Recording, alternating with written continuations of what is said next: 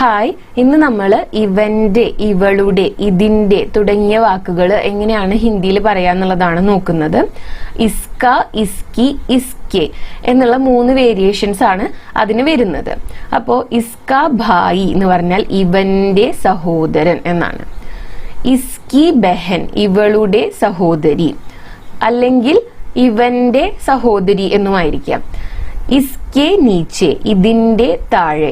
അങ്ങനെയാണെന്നുണ്ടെങ്കിൽ ഇതിൽ നിന്നൊരു പാറ്റേൺ നിങ്ങൾക്ക് മനസ്സിലാവും. എന്താണ് ഈ ഇസ്ക, ഇസ്കി, ഇസ്കെ തുടങ്ങിയ വാക്കുകൾ, അതിലുള്ള വേരിയേഷൻസ് എങ്ങനെയാണ് വരുന്നത്, അതിന് ശേഷം വരുന്ന വാക്ക് പുല്ലിംഗാണോ സ്ത്രീലിംഗാണോ എന്നുള്ളത് ബേസ് ചെയ്തിട്ടാണ്.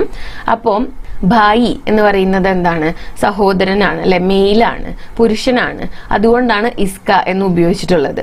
സഹോദരി എന്ന് പറയുന്നത് എന്താണ്? പെൺകുട്ടിയാണ്, അല്ലെങ്കിൽ സ്ത്രീയാണ്. അതുകൊണ്ടാണ് ഇസ്കി ബഹൻ എന്ന് പറഞ്ഞിട്ടുള്ളത്. ഓക്കെ, പിന്നെ ഇസ്കെ നീച്ചെ അതൊരു പാറ്റേണിൽ അങ്ങനെ വരുന്നതാണ്, ഇതിന്റെ താഴെ എന്നുള്ളത്. അങ്ങനെയാണെങ്കിൽ ഇന്നത്തെ ആക്ടിവിറ്റി എന്താന്ന് വെച്ച് കഴിഞ്ഞാൽ അവളുടെ സഹോദരൻ എന്നാണെന്നുണ്ടെങ്കിൽ എങ്ങനെയായിരിക്കും എഴുതുക എന്നുള്ളതാണ്. അപ്പൊ ഞാൻ പറഞ്ഞ കാര്യങ്ങൾ കറക്റ്റ് ആയിട്ട് കേട്ടിട്ടുള്ളവർക്ക് മനസ്സിലാവും. അത് സിമ്പിൾ ആയിട്ടുള്ള ഒരു ആക്ടിവിറ്റിയാണ്. മനസ്സിലായവർ എന്തായാലും ഒന്ന് കോമെന്റ്സിൽ എഴുതുക കേട്ടോ.